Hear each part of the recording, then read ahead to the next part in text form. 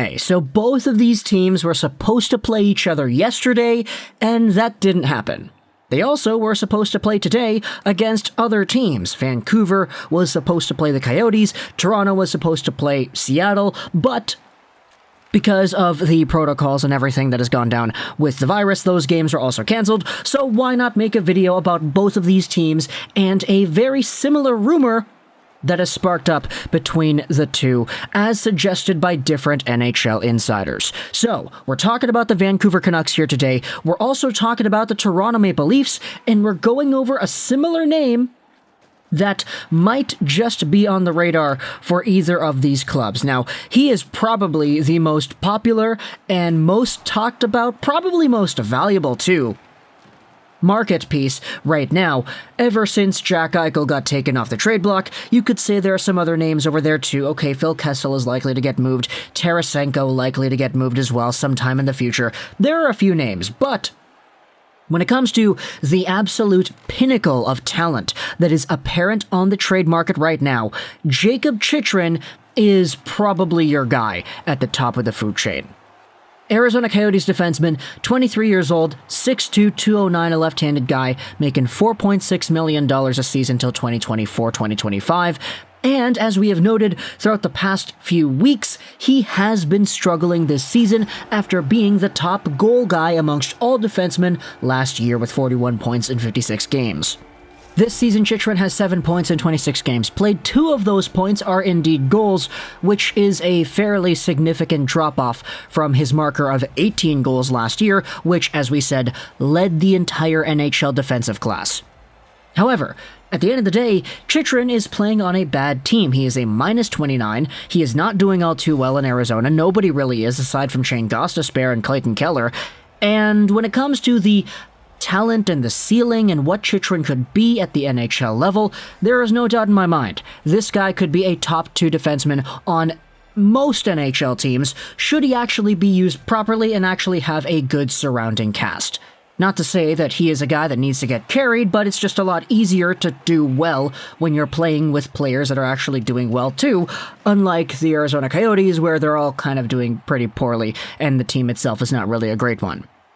So, because Chychrun has been on the trade market, not even because the Arizona Coyotes want to trade him, just because rumor has it that they're fielding offers, they're taking a look at what other teams are potentially saying, okay, we really want this Jakob Chychrun. So, Arizona, we might offer you this pick and this prospect and this other thing over here. Because Arizona is in a position where they can actually use that kind of material, actually say, okay, Chychrun is 23, so he is a little bit older than the timeline that we want to build for ourselves when it comes to building a successful hockey team. There is indeed some potential to go out there and capitalize on Chychrun, give him the prime of his career in another NHL organization that's probably going to be a bit better than Arizona, do a service for the player, and also help out your team in the process long term. Not to mention the fact that it has been noted by several NHL insiders that the price for Chychrun would be astronomically high. That this is the kind of guy that could fetch a return that is upwards of that first-round pick and that top prospect and another guy to suit up on your lineup right now. It's kind of funny because it does kind of paint itself in a similar light to the Jack Eichel return, but at the same time, there isn't any looming injury thing going on with Chychrun, there is no surgery he needs to get, and he's not making $10 million a season, so I think there's a lot more that balances itself out when you compare Chychrun to Eichel in terms of a trade value perspective. Aside from that, though, we have ourselves a conversation to go about with 2 teams that might be interested in Chychrun and his services. Before we get over onto that, though, a big word from the sponsor of today's video. This episode of the show is brought to you by our favorite producers of undergarments trimmers, Manscaped. The global leaders in below-the-waist grooming are leaving 2021 with new product. Clean yourself into the new year with their ultra-premium body wash. Use the code LEGOROCKS for 20% off and free shipping at manscaped.com. 4 million men already trust Manscaped. It's time to join them. 2022 is on its way, so why not do yourself a favor for the new year? 2021 sucked, and that's why Manscaped is making a splash and upping your grooming game.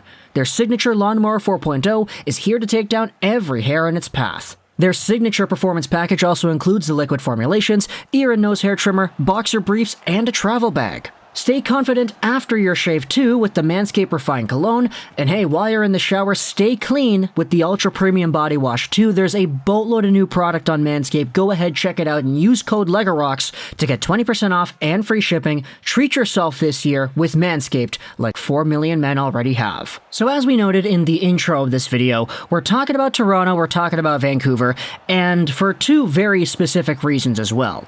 For Elliotte Friedman, he came out and he said this: he wonders if the Vancouver Canucks are one of the teams that could do it if Jakob Chychrun is indeed available in the market. Now, this is a funny conversation because the first reply to this tweet says it probably would have been easier to have just drafted Chychrun. And yeah, it would have been. But you know what? If we didn't do that, we would not have this meme right here at our disposal instead. But Jakob Chychrun and the Vancouver Canucks would be a fantastic, fantastic combination in my opinion. The Canucks already have a pretty good left side in my opinion with Quinn Hughes, Oliver Ekman-Larsson, and I guess whoever else you want to put in there. But having Chychrun on this team too would make things absolutely spectacular. Obviously, there already is trade history between the Vancouver Canucks and the Arizona Coyotes. Eriksson, Beagle, Roussel, OEL, Garland. It's just kind of cool to see everything coagulate the way that it has, but for Jakob Chychrun heading over to Vancouver, the price, if it is as big as everybody is saying it is, I personally do not see the Vancouver Canucks even being willing to make a trade that would bring a Chychrun over to their squad.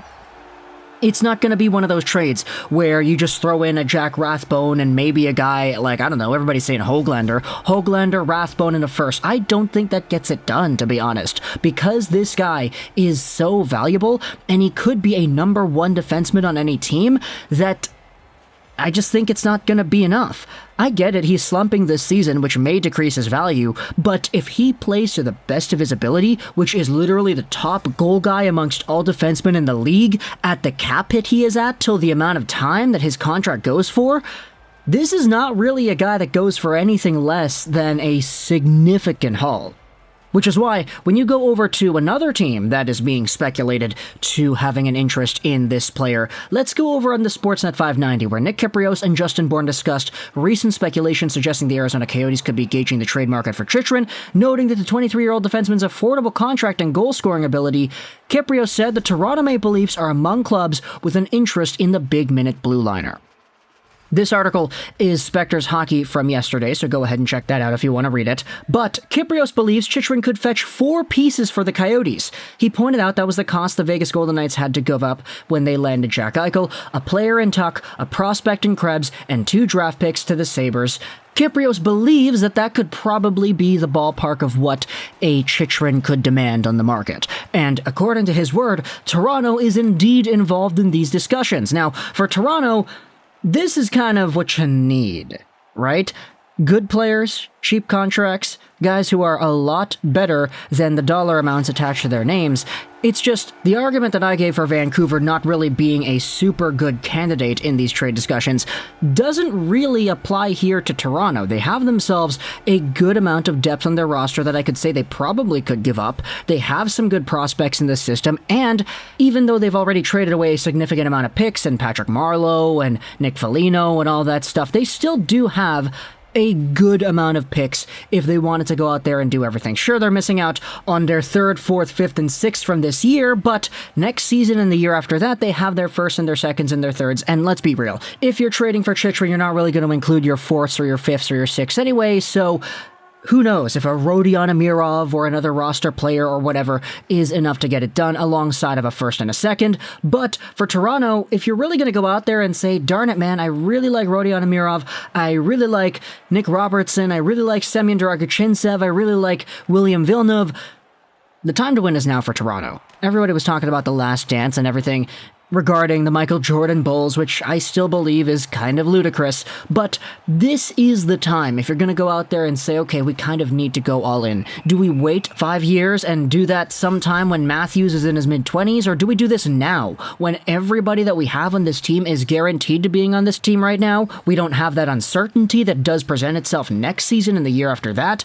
Talk to me in the comments, what do you think about the Toronto Maple Leafs acquiring a Jakob Chychrun? Also talk to me, what do you think about the Vancouver Canucks making a trade? I don't don't believe Vancouver could do it, because they don't have enough expendable assets that would actually make it worthwhile for the Arizona Coyotes. But for Toronto, it just kind of gets a little bit scary thinking about it, because I am a Canucks fan first and foremost. So I know I said if Toronto went out there and broke the Canada Cupless drought, I wouldn't be upset, but I still would prefer my Vancouver Canucks to get a slight edge. I'm not really too sure if that's possible, but I'm just kind of talking out of behind right now. Talk to me in the comments, let your thoughts. I hope you enjoyed. This was Josh Rolson 99, and bye.